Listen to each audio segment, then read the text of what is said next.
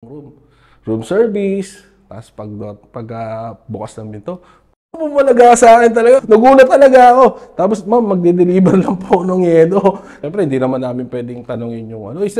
Ma'am, asawa niyo ba yan? May mga times na yung mga parang mga Japanese. Sino po yung madalas may kalaguy? Yung mga lalaki ba o yung mga babae? Siguro kung time uso na nun yung tulpo, sigurado ang daming natutulpo. Hindi ko na may mention siguro yung name, pero basta wag kayo may kaya taong grasa. Bigla na lang pumasok dun sa kwarto. Tapos naligo, naligo dun yung ano. Asawa ko, kung may babae o lalaki to ha. So may times talaga na nag-iimbestiga rin yung mga legal, ano nila, legal wife or husband. Nagwawala na dun sa may reception. Ito, ganyan, saan yung ano ko, yung ganitong sasakyan, ganitong plate number. Habang umiis ka po ngayon yung sasakyan, dumaan doon sa... kaso yung babae, mabilis yung mata. Nung makita niyang palabas niya, hinahabol, tumakbo. Nung tumakbo, sabay sampa doon sa mismong hudo. Sumampang ganon. Tapos, habang loko-loko yung... Ang paghahanap ng aming mga guest at pagbabahagi ng kanilang kwento ay nangangailangan ng maraming oras. Pero sa tulong nyo, makakadiscover kami ng mga iba't iba pang mga istorya ng ordinaryong Pilipino. Para sa mas magandang community experience, pwede kayo makipag-usap at magtanong ng kahit ano sa aming mga naging guests at manatiling anonymous sa Discord. I-click nyo lamang ang join button para maging isang exclusive member. Maraming salamat!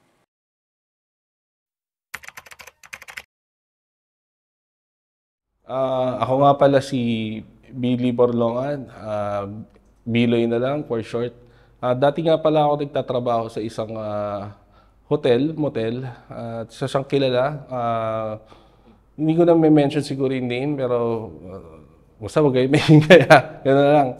So, ayun, sa ngayon, ang pinagkakabalahan ko naman, isa akong on-call driver, Grab driver din, at ngayon, isa akong MC taxi din, at may business na malit na hindi ko na rin may mention ko yung business ko na yan. Way back 2004, nag-start ako sa hotel kasi yun yung unang trabaho ko talaga. Yung first job ko, bale, nag-OJT muna ako dyan sa hotel na pinasukan ko na yun. Then, as housekeeper. So, dyan sa part ng Malate yun. Doon ko natutunan magkuskus ng mga sahi kasi nga housekeeper, ng CR, maglinis ng kwarto. Then siguro mga isang araw lang kasi prior to that, nag-exam na kasi ako noon doon sa nag-apply na ako doon sa hotel na yun. So tinawagan din ako after noon na ay nakapasa pala ako. So yun, nag-report na ako after nung pag-duty ko doon as housekeeper. Tapos yun, doon na nag-umpisa.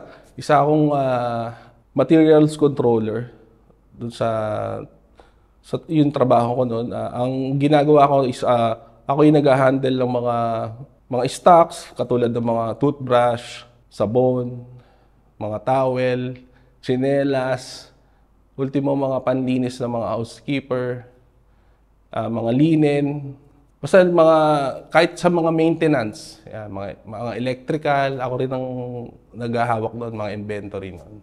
Bakit niyo po pala napili na na pumasok sa isang hotel-motel po? Actually, ano yan wala talaga sa ano ko yan, linya ko yun. Kumbaga, syempre, nung time na yun, pagka-graduate mo, kasi fresh graduate ako nun so kailangan mo talaga magkaroon ng trabaho. Kasi yung ate ko talaga yung magtatrabaho doon. Siya talaga yung nag-recommend sa akin na, uy, mag-apply ka dyan sa hotel na yan. So yun, nag-try ako. Tapos yun natuwa naman ako kasi natanggap kaagad ako. E di, sir, ang dami niyo pong mga, mga kwento-kwento. Ano po ba yung mga pwede niyo makwento sa amin ng mga nagaganap po ba niya sa loob? May mga nakikita po pa kayo mga sikat na, alam niyo po, yung mga celebrity, sabihin natin celebrity na pumapasok dyan, check-in, mga ganun ko. Naku, napakadami. Siguro kung ako lang, marami na rin, paano pa yung mga naging kasama ko doon? Mas marami siguro. Lalo na yung mga frontliners. Kasi ang frontliners kasi talaga sa ganyan is yung mga room boy. Kasi sila yung mismong humaharap sa mga yung mga incoming guests. Sila talaga yung nakikipag-usap. Sila yung nakikipag-transact doon kung ano yung mga gustong kwarto. So doon pa lang, makikita mo na kung sino yung naka-check-in, ay magche-check-in. Pero kasi minsan may mga guest din na masyadong ayaw pakita yung ano, magbubukas lang siya siguro ng bintana, ganyan lang. So masisilip mo lang, kumbaga mata sa mata lang minsan. Pero may iba talaga. Siyempre, pag i-assist mo sila, doon mo na makikita. Kasi pag pumasok kasi sa garahe, minsan may mga garage siya, di ba? Pagpasok ng garage, doon bababa na yung guest. Minsan, huli mo na bababa yung babae kasi siyempre, alam mo na, privacy, ayaw din siguro makita yung babae. Kaya minsan, hindi mo rin makikita yung babae. Minsan yung lalaki talaga lang unang makikita mo. Pero yung mga celebrity, hindi ko na rin siguro i-mention kasi syempre may mga, kaya nga sila nag-check-in doon eh. So actually, yung hotel na to, ang binabayaran talaga is yung privacy. Kaya nga siya siguro naging kilala at talagang pinagkakatiwalaan din ng ibang mga parokyano, yung mga guests na nag-check-in doon kasi nga yun talaga yung pinakabentahin nila. At syempre, yung ganda rin ng kwarto at yung quality service. Siguro, bibigyan ko lang kayo siguro ng konting mga hint lang. Ano siya, sa ngayon, ang alam ko yung artista na to, isa siyang, parang captain, babae siya. So, hindi ko na siguro babanggitin yung lugar. Basta somewhere lang dito. Siguro sabihin ko lang parting norte, malapit sa Valenzuela. Ayan, yung isang babae. Tapos yung isa naman na kasama niya, isa siyang senador ngayon. Siyempre, para sa amin, normal lang din talaga kasi makakita ng mga ganong celebrity. Meron pa yung isa, yung boyfriend niya is basketball player. Tapos singer yung babae. Yan. Yun yung mga isa sa nakita ko doon. Madalas doon yun kasi parang malapit lang siya doon eh. Tapos doon pa yung sumikat yung parang nag-video leak. Yung leak ng scandal din niya. Pero hindi naman doon siguro yun. Pero yun, isa doon nyo sa makikilala. Tapos yung pinakahuli, yung kilalang-kilala ng lahat to. Siguro makikilala nyo na lang siya sa pag sinabi kong so alam nyo na siguro yan. Ano po yan? Ano po yung mga reaction ng kayo po, katulad po ninyo, mga staff, pagka may sumusulpot po na bigatin? Ayun, katulad dyan, nagbabanda ako. Meron, hindi ko na-mention kanina, pero basta nagbabanda yon. Ako mismo yung naka-approach sa kanya. Siyempre, pag nakakita ka ng mga ganong mga celebrity, siyempre medyo, di ba, may konting starstruck ka, di ba? Parang, medyo maano ka sa kanila. Parang gusto mo magpa-autograph. Pero siyempre, nakakahiya rin. Kumbaga, siyempre, yung mga yan, parang kahit papaano may konting rin sila. Pero okay naman, mabait naman yung tao na yun. Ano-ano po yung mga pwede nyo makwento sa amin na ganap sa loob ng hotel po? Na alam niyo po yun? Mga ganap? Panigurado po, marami pa yan na, alam po yung mga kaganapan dyan sa loob. Oo, marami kasi. Siguro, yung mga naging kwento na lang din sa akin ng mga frontliners namin, yung mga room boy. Siguro, mga kadalasan dyan, yung mga...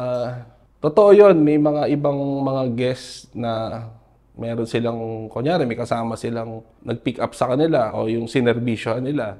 Pag nabitin yung mga yan, minsan pagka may nakita silang housekeeper na medyo siguro napogian din.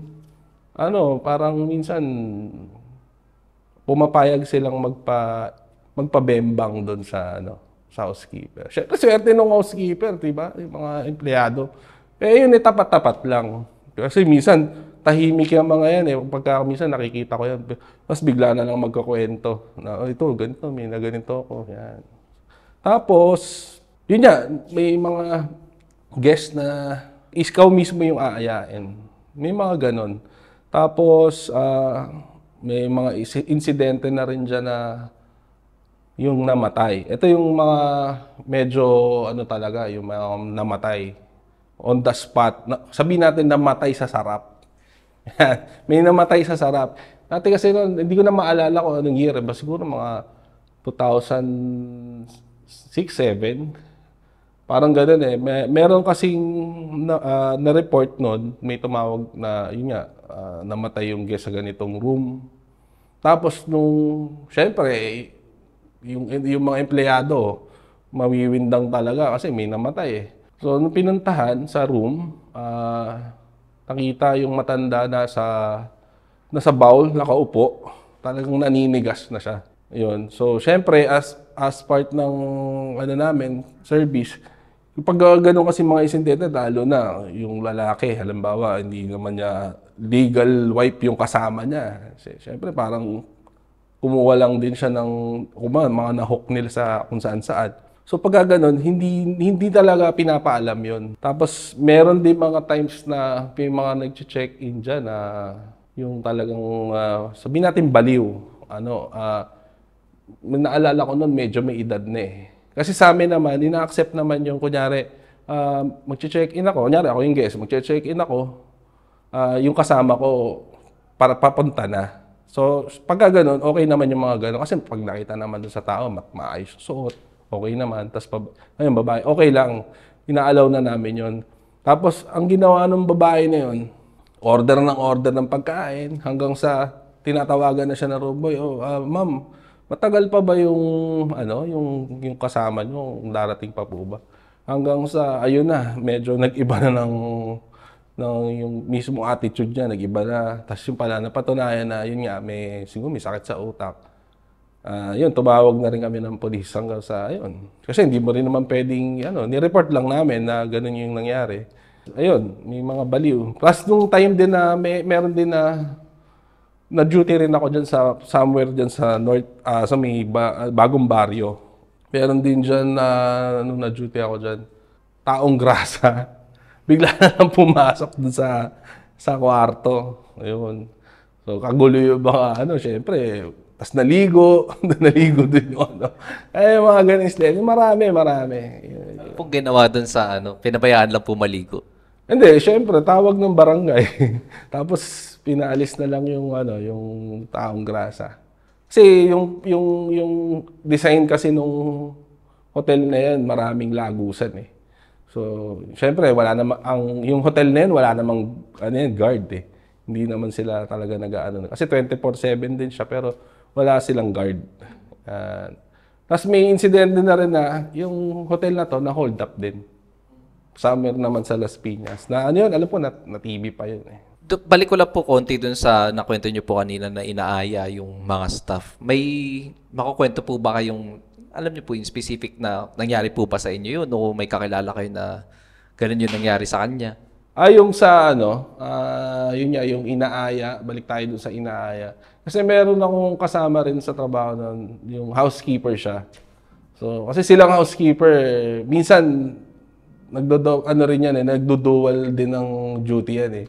Minsan, housekeeper sila pag kulang ng room boy, minsan rin sila as room boy. So magpopolo lang yan. Then kung may deliver ng pagkain, di-deliver nila. Kasi one time yun nga, kasi syempre mga tropa-tropa rin natin yung mga yan eh. Ngayon, may may umorder nga na couple dun sa, yun nga, dineliveran niya ng pagkain.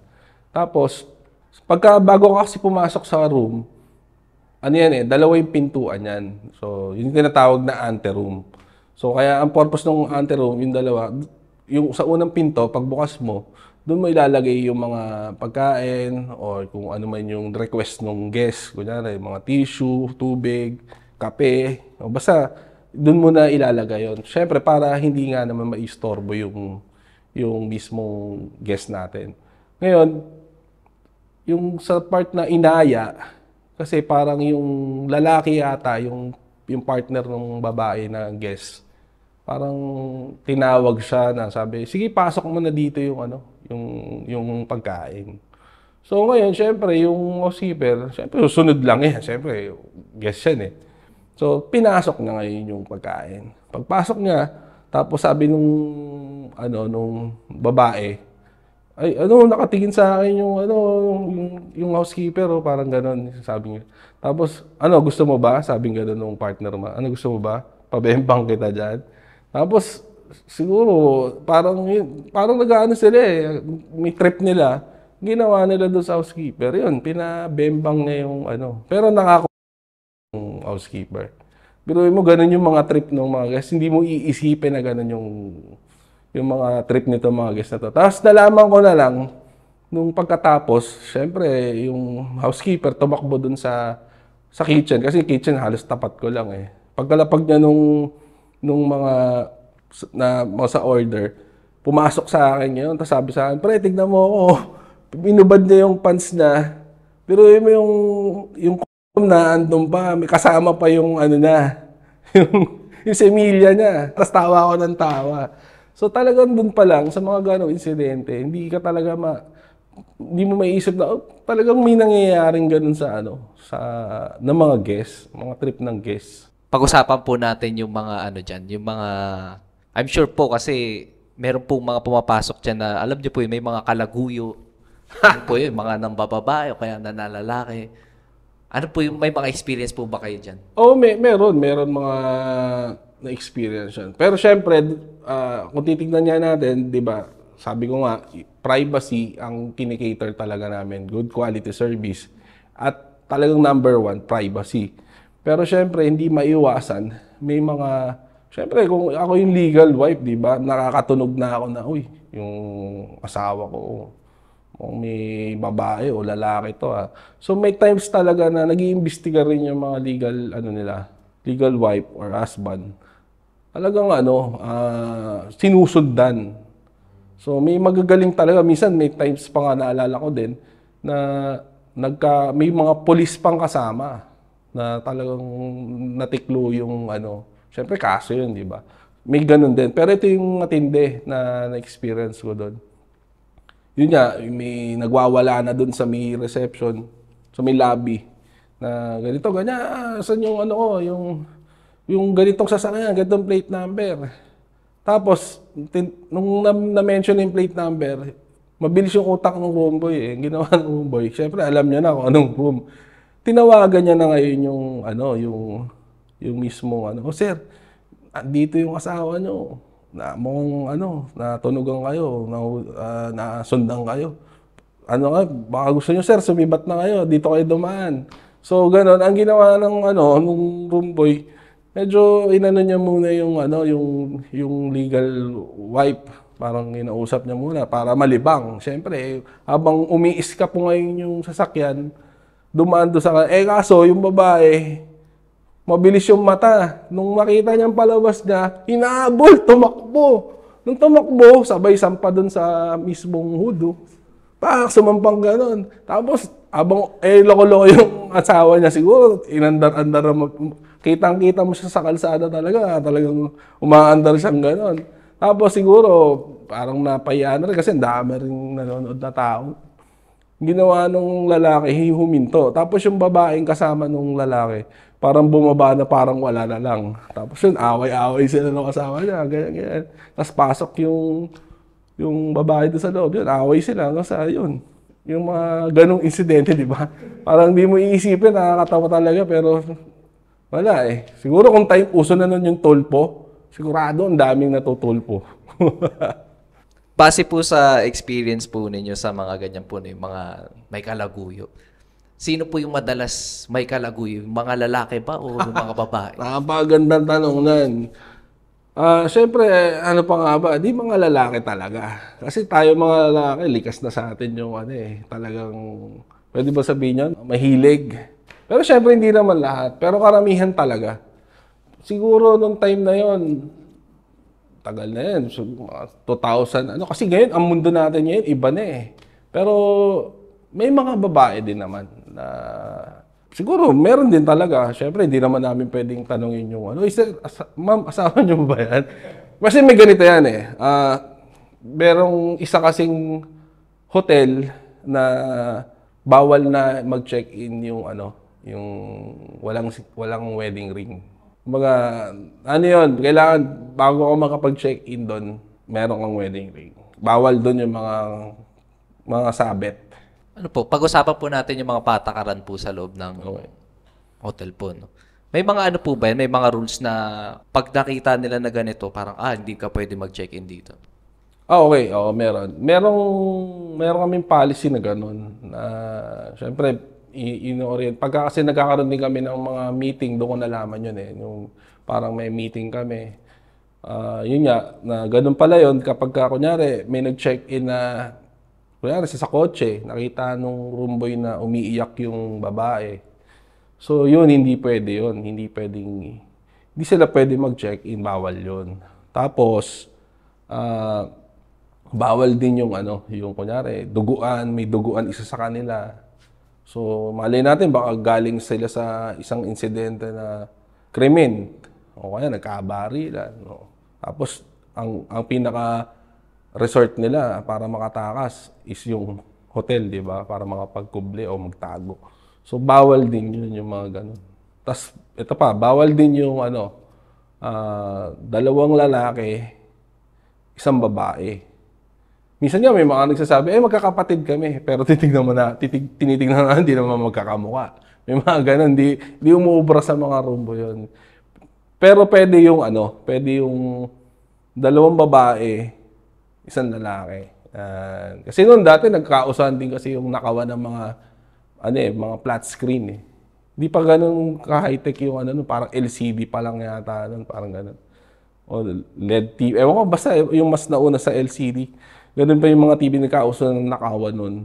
So, kaya hindi ina-allow yung dalawang lalaki, isang babae. So, pwede yun. Pwede naman yung, kunyari, talagang may magtropa. Kumbaga, pare sila. Ang gagawin nila, kukuha sila talaga ng dalawang kwarto, tapos saka na lang sila mag-meet sa isang kwarto. So, pwede yun. Siguro naman ngayon, baka sa hotel na yun, ganun pa rin, pwede pa rin yun. Na-apply pa rin siya. May mga instances po ba dyan sa hotel na yan na, alam niyo po yun, kasi minsan may mga naririnig po ko na yung babae ninanakawan yung lalaki, ganun. May mga ganun po ba kayong na-experience? Kaya yung lalaki ninakawan yung babae. Siguro sa mga ibang hotel na siguro. Pero siguro sa mga pipitsuging hotel 'yon, no. Pero doon kasi syempre, 'di ba, yung mga sinasama naman ng mga yung guest doon siguro parang na yun eh. Karamihan talaga sa mga guest namin is talagang mapepera. Kasi nga hindi talaga siya sabihin nating mumurahin eh. Pero yung quality talaga is maganda talaga. Kahit na magsisigaw ka dyan, kahit nakahubad ka dyan. Pero siguro yung may guest sila, babae na nanakawan pa sila. Parang hindi siguro, siya doon sa ganun. Siguro sa mga ibang hotel, kunyari, mga pipitsuging nakuha lang sa tabi-tabi yung babae. Tapos, syempre, di ba, nanakawan ka. Pero doon, wala pa akong masyadong nabalitaan ganun. Na-mention niyo po yung yung kahit mag-ingay-ingay ka, ganun. Sa pinasukan niyo po ba dati kapag naglalakad ka kunwari sa hallway, may mga naririnig kayo mga, alam niyo na? Oo. May mga iba doon talaga na akala mo talaga, alam mo yung kinakatay. Ganun, di ba? Minsan, di ba, siguro naka-experience na kayo ng slaughterhouse, di ba? Tapos, mga kinakatay na bawal. Doon, alam mo may mga times na yung mga parang mga Japanese. Ganon, mga ingay talaga. Paparinig pa sa'yo, minsan bubuksan yung bintana. Hindi mo alam kung iniinggit ka eh. Talaga paparinig pa sa'yo kung paano sila, mag-romansahan. Siyempre, doon pa lang sa maririnig mo, parang, maano ka na eh. Parang masosolve ka na eh. Dark secrets. Meron talaga. Siguro doon dito sa naging trabaho ko dito, ito yung isa sa mga na-experience ko na talagang, wow, hanep. Kumbaga saan talagang, wow, na may ganito talaga. Ganito kasi yan eh. Nabalitaan ko na kasi yun noon na may tinatawag na, sabihin natin, Paboso Queen. Talagang kilala siya na paboso talaga yung tao na yun.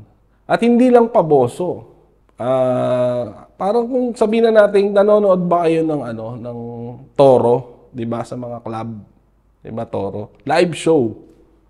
May magtitirahan sa harapan mo. Ganun sila. Ganun yung na-experience ko doon. One time kasi, ito kasing housekeeper na, yun nga, yung nakabembang, yun din ang nag-ano sa akin, nagtimbre sa akin. Tapos, kasi napagkukwentuhan na namin yun. Siyempre, pag may mga time na nagiinuman kami, napagkukwentuhan din namin yun. Tapos, nabanggit ko na parang, uy, pagka pumunta dito yung sinasabi mong paboso, baka pwedeng, patry naman, titignan ko kung ano. Tapos, sige, sige, sige. Tapos yun na, dumating na yung time na bigla akong kinatok doon sa opisina. Sabi niya, Pre, Billy, andiyan si Paboso. Sabi nga sa, talaga? Sige, pero nung tamo, antayin mo, tatawag yan. Magre-request na ng, ng ice. Yan. Kasi yun yung unang nire-request nun eh. Parang hudyat yun, ice. So, ang ginawa ko nun, yun, niram ko na yung polo niya. Tapos, kuha ko ng ice bucket. Dila ko, diniliver ko. Eto na, pagpani ko ng room service. Tapos pag bukas ng pinto, bumalaga sa akin talaga, ubot-ubot talaga. Babae. Pero itong babae na to, hindi naman siya bata. Medyo may edad na rin. Siguro mga nasa, nung time na yun, siguro mga nasa, 40s na rin siguro. Mga ganon. O mid-30s, parang ganon. Yung mga 36 to 40, ganon yung edad niya. Tapos nagulat talaga ako. Pagpasok ko, ayan na. Alam mo yung parang inaakit ka na kaagad, nakaganon yung kamay niya sa pintuan, tapos nakaganon, nakapamewang. Ready ka na ba? Sabi ko, nagulat talaga ako. Tapos, ma'am, magde-deliver lang po ng yelo. Sige, lagay mo na dyan sa loob. Tapos nakita ko ngayon, yung partner niya, yun, hubot-hubad na rin. Nando sa mesa, umiinom ng hard, may hard lang. Tapos ganun. Tapos yung yelo, doon ko nilagay. Tapos ang sabi, ito ba ang sabi sa akin nung lalaki? Pagka hindi ka pwede, magtawag ka, sabi ko sa akin. Gulat ako, sabi ko, ma'am, pwede po pa-CR na lang. Di, umihi na lang ako doon. Tapos mamaya, dinakma yung itong totoy ko. Tapos ang ginawa, syempre ayoko rin talaga, parang inalam ko lang na talagang totoo yung ganon. So nung napatunayan ko, eto na, sinabi ko na lang doon sa babae, ma'am, sige ma'am, tatawag na lang po ako. Ito na, nung paglabas ko ng room, biglang nagpahabol pa yung yung lalaki. Punta kayo mamaya dito Sabi niya, basta manood lang kayo. Ganon yung lalaki.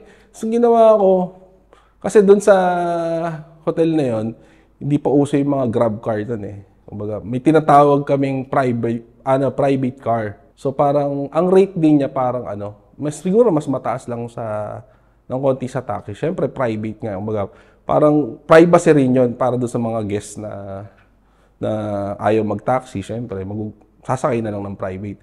Ngayon, may nakatambay doon na private car, yung driver nun. Yun yung inalo ko. Pinuntahan ko siya, sabi ko, Brad, gusto mo bang bumembang? Bembang na lang yung ginamit ko, no? Gusto mo bang bumembang? Sabi niya, oo, bakit? Sabi niya, sige, mamaya, punta ka na ganitong oras. Punta ka doon sa ganitong room.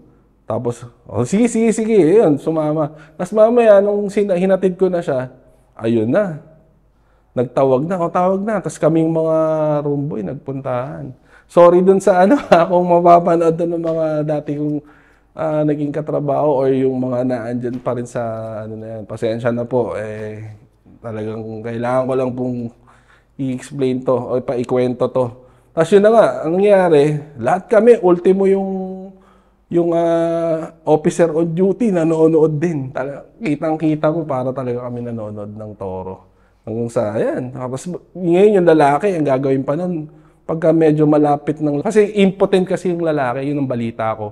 Parang impotent daw yung lalaki, hindi siya tinitigasan. Kapag hindi niya nakikita yung, yung babae, yung partner niya na yung ginaganahan na o nasasarapan na. Ngayon, eksena na siya ngayon kapag nakita niya na parang, uy, eto, satisfied na siya sa nararamdaman niya. Siya na ngayon yung babanat dun sa partner niya. So yun, biruin mo, may mga ganun talagang kwento na hindi mo talaga papaniwalaan hanggang hindi mo nakikita. Sa mga ganyang kaganapan sa loob. Na-curious lang po ko, may mga po ba dyan? Mga secret cameras o kaya ganyan, alam niyo po. Secret camera? Wala. Kaya ito marerecommend ko lang. Kahit wala na ako dyan sa hotel na yan, talagang hanggang ngayon, may one time nga, pa ako dyan eh. Bumalik din ako dyan. Pero syempre, alam niyo na yun, legal naman yung kasama ko. Pero ano pa rin, yun pa rin talaga yung binabalik-balikan ko dun sa hotel na yun. Kasi nga, ano siya, safe talaga. Walang camera, walang kung ano man boso. Kung magpapaboso na lang, yun na lang makakakita ka. Pero yung tipong may magtataka ka o medyo mangangamba ka na, uy, baka may mga double mirror dito. Walang ganun. Kasi yung, yung kasing hotel na yan, talagang weekly nag-audit doon. Kaya safe yun. Safe talaga. Sobrang ganda. So kahit yun nga, kahit magsigawan kayo doon, kahit tumukbo kayo ng hubot-tubad, hindi ka mangangamba na mabobobosohan ka or magugulat ka na lang, viral ka na. Walang ganun. Walang ganun doon. Nabanggit niyo po kanina kayo po yung nag-handle ng mga ano po, no, yung mga parang ginagamit doon sa loob. Okay. Matanong ko lang po, yung mga bed sheets po ba, yung mga kumot, pundala, tuwalya, ganyan. Pagkatapos po ba ng may mag-check-in doon, palagi po nililinis agad yun? O Oo, kasi meron kaming ano dyan meron kaming parang yung SOP na, kasi lahat ng linen dyan, monitored dyan. Meron kaming parang system sa computer. Yun talaga yung pinaka main ano ko, job ko. Kasi mahal yung mga linen So, kasi ganito ang sistema niyan. Pagka kasi, pwede rin kasi pagmulan ng prod yan ng mga room boy. Halimbawa, may linen. Kumbaga sa itong cut-off na 8 to 4, kasi may cut-off yan 8 to 4, sabihin na natin may 30 guests na nag-check-in. So, kailangan 30 sets ng linen, o basta 30 sets ng linen pillow, yun din yung i-check out para bilangin yun, para ibalaba. Kumbaga, may mga ano yan, may mga batch yan. Kunyari, ito, isang bundle na to, ito yung per ship. So, 30 sets. Ngayon, pag may sumobra doon, naging 31.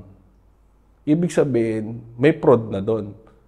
Ibig sabihin, may gumawa ng pera. Kumbaga, may sigurong room na pinagamit tong room boy na hindi na-count o hindi siya na-monitored. Hindi dumaan yung pera sa cashier. Baga, direkta na dun sa room boy. So, yun, prod yun, nire-report ko yung mga ganon. Pero yung pag sinabing sa linen na, yun nga, kung hindi siya, pagkagamit, pull out ka agad, nililinis ka agad namin. Pinapalaban namin ka agad dun sa laundry, provider namin. Yun. Pagka kinukuha po yung mga ganyan, gaano po kadalas na, alam niyo po yun, may bakas pa ng kahapon yung...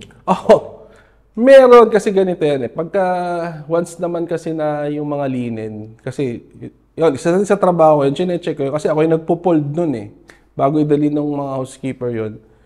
So, chinecheck din namin kung may mga stain yan, blood stain.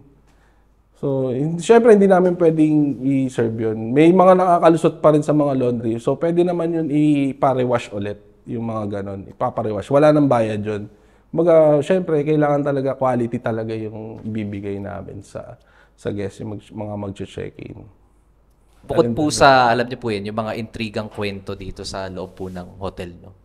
May mga nakakatakot po ba kayong experience? As experience, meron yung mga kwento na, kasi noong time na yun, hindi pa ako mahilig sa Hindi pa ako mahilig sa mga paranormal Ang hilig ko lang doon, sightseeing ng magagandang chicks talaga. Kasi dami talaga magagandang pumapasok doon. Pero may kwento doon na yung meron daw nag-assist sa isang guest na inassist siya, hinatid siya doon sa room. Pero paghatid doon sa room, madumi. Pagpasok ng room, kaya nagtataka ngayon yung guest, bakit siya i-check in dun sa room na yon? Ngayon, lumabas yung guest, tumawag ulit ng room boy. Ngayon, nung pinuntahan siya ng room boy, ang sabi nung guest, meron daw nag-assist sa kanila na ganito raw itsura, ganito, ganyan. Tapos sabi naman ng room boy, wala naman daw kaming ganong room boy na siguro yun, baka multo yung nag-assist dun sa Kasi nagulat yung guest bakit siya chinek-in doon sa maraming kwarto Basta hinatid lang sila doon. So yung may mga ganong nakakatakot na nangyari. Tsaka one thing din kasi, pag sinabi kasi yung mga hotel motel, 'di ba? Pag tayo nagpapa-blessing ng mga establishment o bahay, pero yung ang alam ko talaga pag mga hotel-motel hindi talaga bine-bless siya ng ng pare. Kasi nga, syempre, medyo talagang may diyan eh. Kumbaga makasalanan talaga yung lugar na yan. Kaya sigurado may mga entity rin talaga na mga diyan, namamahay diyan. Yung mga kwento, marami rin kwento, pero hindi ko masyadong binigyan ng yun nun. Hindi ko pa trip yung mga paranormal nun eh. Siguro, ito lang yung siguro magiging tip ko na lang kapag mag-check-in kayo, kung low budget ba kayo o kung budget talagang marami naman kayong budget. So, re-recommend ako talaga yung yung hotel. Siyempre, hindi ko naman mini-mention pero wag na lang kayo maingay. So, yun. Bale, yun talaga mare-recommend ako. Compare dun sa mga ibang hotel na ngayon, yung mga nag-uusbungan niya, marami yun. Para sa akin kasi, parang hindi na rin ganun ka mag-hotel sa mga ganun. Kasi parang, obvious, biruin mo, may napanood ako, bibidyohan yung mga nagche-check-in, di ba? Nakakatakot. Paano kung ikaw, may asawa ka, may nag-video, di ba? So parang hindi ko naman inaano na huwag kayong mag-check-in doon. Pero parang kasing open di ba? Unlike doon sa hotel na sinasabi ko, as in, pagpapasok ka muna talaga sa loob. At talagang safe talaga. Talagang yung privacy talaga, privacy guaranteed talaga yung ibinibigay yung kinikater ng hotel na yun. Kaya ito, yung tip ko lang, pag mag-check-in kayo siguro, kasi may mga times na, lalo na pag bagito, kunyari may jowa ka, papasikat ka sa jowa mo. Siyempre, pag papasok kayo minsan, pag inalo kayo nung room boy, hindi na kayo tatanggi. Kasi, uy, nakakaya, di ba? Parang, minsan, ang iaalok talaga sa inyo, mahal ka agad. So, ang tip ko, huwag kayong mahiya. Pwede naman kayo magtanong na, boss, baka may, baka may mas mura dyan. Yun. So, yun, huwag kayong mahiya para pagkapapasok kayo sa ganun. Saka, hindi ko naman nire-recommenda na kapag nag-check-in kayo doon, yung sabit nyo yung isasama nyo. Siyempre, yung pangit din naman, di ba? Siyempre, against din naman ako sa yung mga nangangabit. Pero mas maganda kasi isama doon, yung jowa mo talaga, yung mahal mo talaga. Yun lang.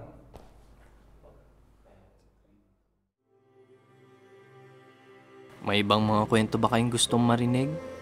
I-comment nyo lang yan sa comment section at huwag nyo na rin kakalimutan na i-like, share at mag-subscribe sa aming YouTube channel.